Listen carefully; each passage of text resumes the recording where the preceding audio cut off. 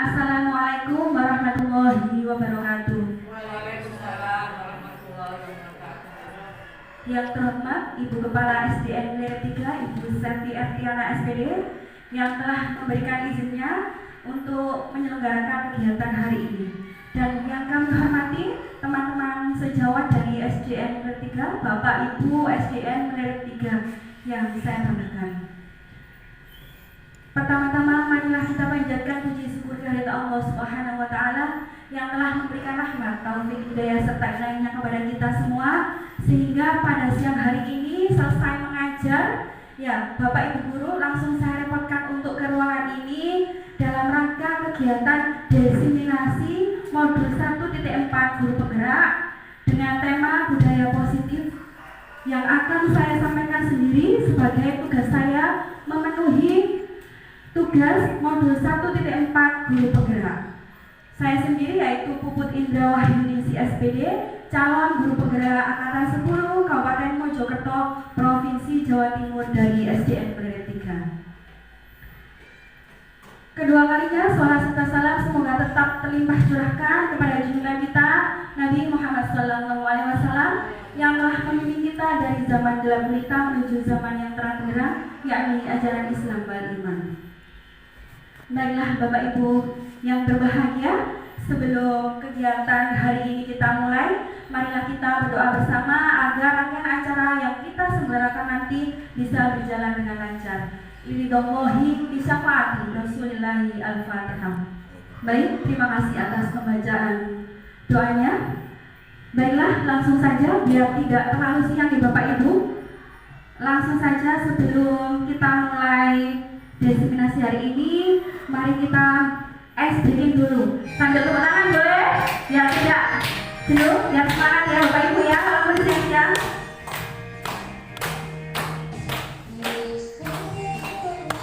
Bisa teman di mana-mana semua teman, ada musuh tak ada lawan, semua saling sayang terkait. Tidak ejek-ejekan, tidak pukul-pukulan, sayang dengan teman. Tidak ejek-ejekan, tidak pukul-pukulan, saling tolong dan sayang dengan teman. Baik, di sini nanti ada beberapa materi yang akan saya sampaikan, mungkin secara singkat, padat, dan semoga jelas ya Bapak Ibu ya. Karena waktunya kita hari ini terbatas, ya sudah siang sekali.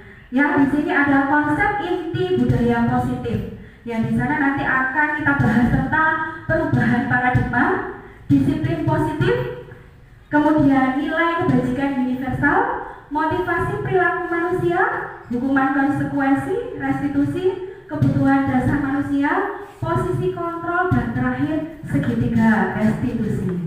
Baik, sebelumnya cobalah buka. Nah, apa yang kita buka ini ya?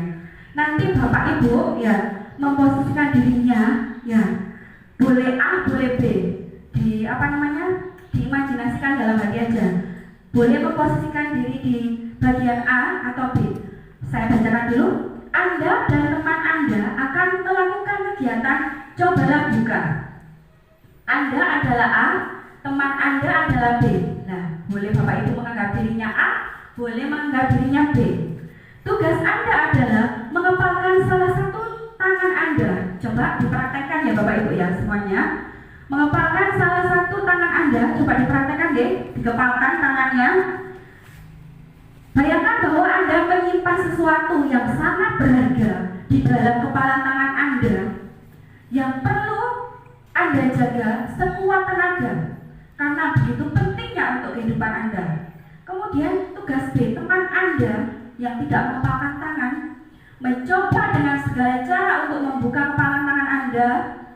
Nah, teman Anda boleh membujuk, boleh menghardik, mengintimidasi, memarahi, menggoda, menggelitik, bahkan menawari Anda dengan uang agar Anda bersedia membuka kepala tangan Anda. Nah, bisa dilakukan selama 30 detik. Baik. Kemudian boleh sekarang dilepaskan tangannya. pertanyaan pertama yang muncul dari kegiatan tersebut, satu, apakah Anda atau B membayar?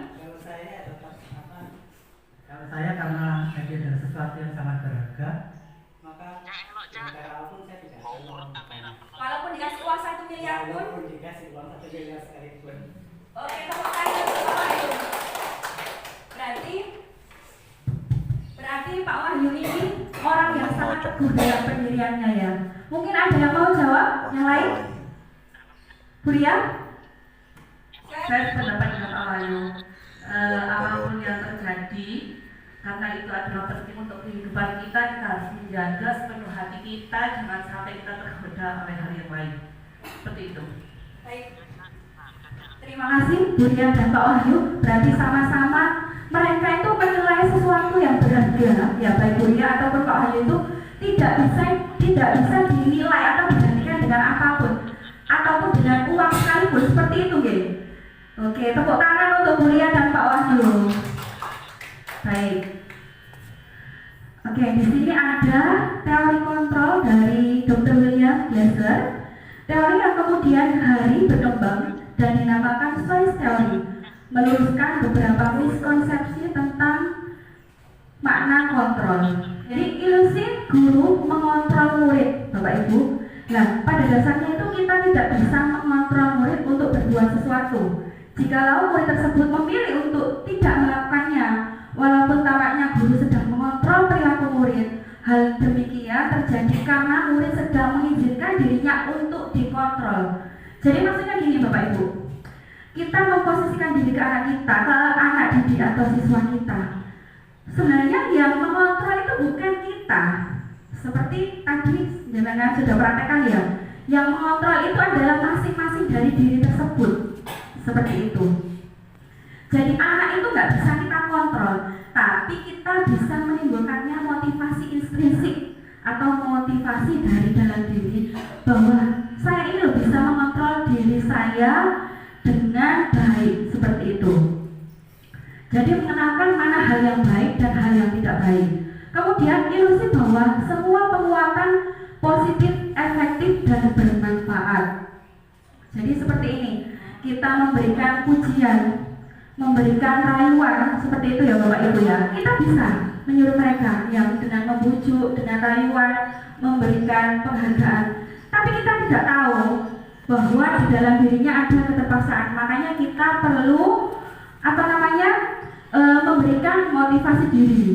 Ya, kembali ke hal tersebut. Kemudian ilusi bahwa kritik dan membuat orang merasa bersalah dapat menguatkan karakter. Baik, kita mengkritik murid kita, ya, dengan kata-kata yang mungkin agak kasar ya, atau mungkin agak tegas, bukan kasar tapi tegas. Ya, sebenarnya kita bisa melakukan hal tersebut itu dengan nasihat-nasihat yang baik. Nanti kita bahas lagi dengan penerapan segitiga restitusi. Jadi sebenarnya kritik itu bisa membuat orang merasa bersalah, itu adalah sebuah ilusi. Kemudian ilusi bahwa orang dewasa memiliki hak untuk memaksa. Baik. Jadi orang dewasa atau siapapun ya, kita apalagi sebagai guru itu tidak bisa memaksa, itu yang sebenarnya. Jadi bahwa orang dewasa memiliki hak untuk memaksa itu tidak benar, itu ilusi. Sekarang kita ke perubahan paradigma. Apa sih perubahan paradigma? Paradigma itu cara pandang ya Bapak Ibu ya. Perubahan paradigma stimulus respon kepada pendekatan teori kontrol.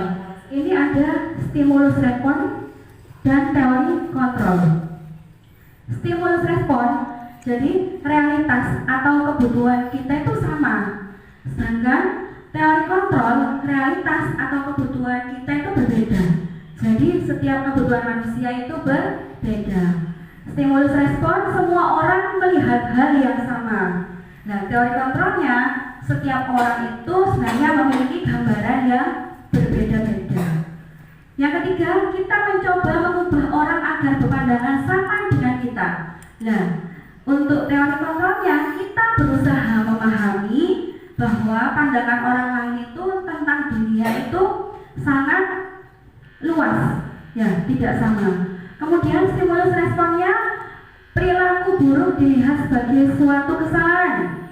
Teori kontrolnya, semua perilaku memiliki tujuan. Stimulus respon, orang lain bisa mengontrol saya. Sekarang kita memposisikan diri kita yang mana, Bapak Ibu? Ya, kita sebagai seorang pendidik atau seorang guru, ya, kita ini sebagai apa di sini? Sebagai penghukum kah? Pembuat orang merasa bersalah? Sebagai teman atau sebagai pemantau ataupun manajer? Nah, selama ini kita memposisikan ke peserta didik itu bagaimana?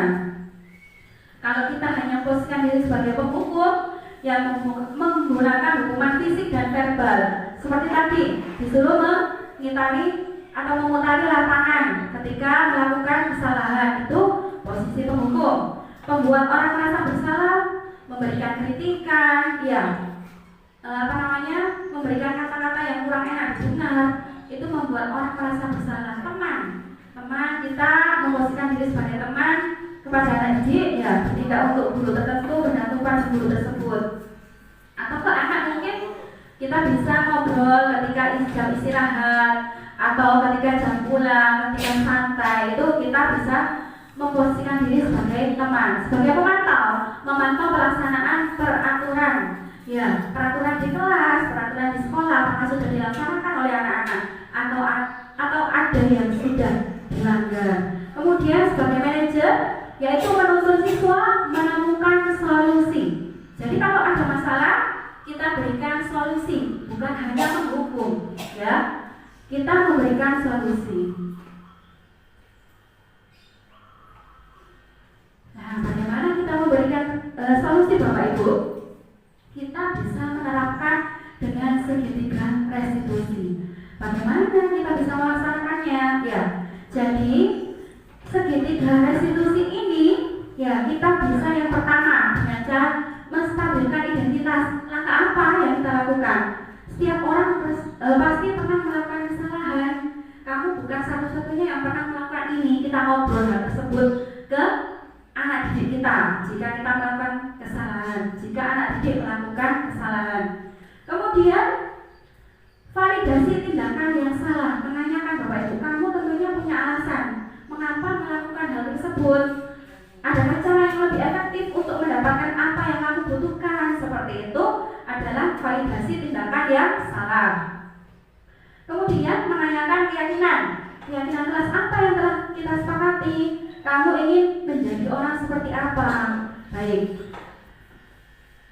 Sekarang kita coba ada kasus, kita terapkan segitiga restitusi tadi, ya, Bapak Ibu. Pada saat jam pelajaran pertama di hari Kamis, saya sebagai guru kelas memfasilitasi anak-anak untuk mengerjakan lembar kerja siswa. Kemudian saya memperhatikan ada salah satu siswa bernama Reza yang menunduk. Saya berjalan menuju anak tersebut, ternyata anak tersebut sedang makan jajan. Nah, ini sudah saya terapkan dengan belajar saya di modul 1.4 ini. Saya kemarin sudah menerapkan segitiga restitusi kepada 2 anak. Salah satunya ini, anaknya bernama Reza. Suaranya kurang terdengar, Bapak Ibu. Jadi intinya kita menanyakan ke anak tersebut, ya, kenapa kamu melakukan hal tersebut, gitu. Kenapa kamu tahu nggak, Mas Reza, kenapa kamu saya panggil ke sini? Kenapa kamu tadi datangnya terlambat, seperti itu. Jadi dengan bicara seperti itu, kemudian baik, di sini saya tidak mau mencari siapa yang salah, siapa yang benar. Di sini Bu Bubut akan memberikan solusi kepada Mas Reza. Pasti kamu punya alasan kenapa melakukan hal tersebut. Kemudian hanya anak itu mau terbuka. Saya karena tadi nggak sarapan, Bu, kemudian lapar, makanya saya makan saat di jam pelajaran, seperti itu. Baik, semua orang pasti punya salah. Begitu juga Bu Bubut pernah melakukan kesalahan, kita tekankan seperti itu. Yang paling penting kita mau memperbaikinya di waktu kedepannya, seperti itu kita jelaskan ke anak tersebut. Kemudian kita tanya, kira-kira Mas Reza tadi apakah sudah benar melakukan hal tersebut? Apakah sudah sesuai dengan keyakinan kelas, gitu kan? Kan sebelumnya ada keyakinan kelas yang dibentuk, jadi tidak boleh makan di kelas. Kemudian anaknya menjawab tidak sesuai, gitu kan? Tidak sesuai Bu, maaf gitu, ya nggak apa-apa. Jadi lain kali nggak boleh diulangi lagi seperti itu. Nah ini kita menerapkan segitiga restitusi, kurang lebih seperti itu Bapak Ibu. Mungkin nanti kalau kepingin tahu videonya bisa saya bagikan. Itu saja yang bisa saya sampaikan. Semoga apa yang saya sampaikan tadi ya di modul 1.4 ini secara singkat, padat, semoga jelas ya Bapak Ibu ya. Mungkin nanti kita bisa ngobrol di belakang atau mungkin kita bisa membentuk komunitas praktisi ya, seperti komunitas belajar. Seperti itu ya Bapak Ibu ya. Demikian dari saya, mungkin ada yang ditanyakan dari Bapak Ibu terkait segitiga restitusi? Tidak ada? Jelas ya? Ya, terima kasih ya Bapak Ibu ya. Sudah mau meluangkan waktunya di tengah-tengah kesibukannya setelah mengajar biasanya mengerjakan PMM ataupun mengerjakan perangkat pembelajaran seperti itu. Tapi hari ini mau meluangkan waktunya, terima kasih sekali. Semoga apa yang kita pelajari hari ini bisa bermanfaat dan bisa kita berikan ke anak didik kita. Dari saya akhiri, wabillahi taufiq wal hidayah. Wassalamualaikum warahmatullahi wabarakatuh. Waalaikumsalam. Tepuk tangan untuk kita semua Bapak Ibu. Assalamualaikum warahmatullahi wabarakatuh. Baik anak-anak, tadi kalian sudah belajar ya hari ini ya. Di jam terakhir ini Bu Puput mau membuat keyakinan kelas. Apa sih keyakinan kelas itu? Keyakinan kelas itu adalah semacam peraturan. Peraturan itu tapi bukan Bu Puput yang buat, tapi nanti kita sama-sama membuatnya, termasuk kalian. Jadi anak-anak nanti yang membuat diusulkan ditulis tadi sudah dibagi ya sama Bu Puput ya kertasnya ya. Yang laki-laki warna biru, yang perempuan warna apa tadi kertasnya? Pink. Ayo yang merah muda. Jadi nanti ya kalian tulis kalian ingin apa di kelas ini. Ya, misalkan pengen membuat kelas ini bersih, berarti harus piket ya. Saya ingin kelas saya rapi, berarti ada menata buku di tempatnya atau mengembalikan buku di tempatnya setelah selesai membaca. Misalkan seperti itu kan ada pojok baca. Jadi setelah baca dikembalikan ke tempatnya. Kemudian misalkan datang tepat waktu. Jika bel masuk berbunyi harus segera masuk. Nah seperti itu. Harus memakai seragam lengkap setiap hari, harus memakai sepatu dan kaos kaki selama di sekolah, tidak boleh dilepas. Nah itu adalah contoh-contoh peraturan kelas yang nantinya misalkan mau kalian buat, itu hanya contoh. Terserah kalian kepengen apa sampai tulis di situ, ya. Nah peraturan yang sampai tulis tadi ya nanti akan menjadi kesepakatan kita bersama, kita laksanakan bersama. Jadi yang kita buat bersama, kemudian kita laksanakan bersama-sama. Ya, jadi kita usulkan ditulis di kertasnya. Jadi satu kertas, satu kesepakatan atau satu keyakinan. Ya, jadi keyakinan kelas itu adalah kesepakatan bersama, peraturan yang akan kita buat bersama untuk menjadi keyakinan kelas kalian. Kalau kalian sudah yakin, sampai tulis. Ya, kalau kalian sudah yakin, silakan ditulis. Karena keyakinan kelas itu timbul dari hati kalian masing-masing. Kalau sudah timbul dari hati kalian masing-masing, nanti kalian akan melaksanakannya. Jadi peraturan kelas itu ya sudah disepakati bersama menjadi keyakinan kelas. Kalau kalian ada yang nggak melakukan atau melanggar peraturan tersebut, berarti kalian harus apa tanggung jawabnya? Nanti kita sepakati bersama. Sekarang silakan ditulis. Bagaimana, sudah selesai menulis? Baik, apa yang kalian tulis silakan ditempelkan di depan. Sudah saya beri kertas, silakan ditempel ya. Perempuan sebelah sana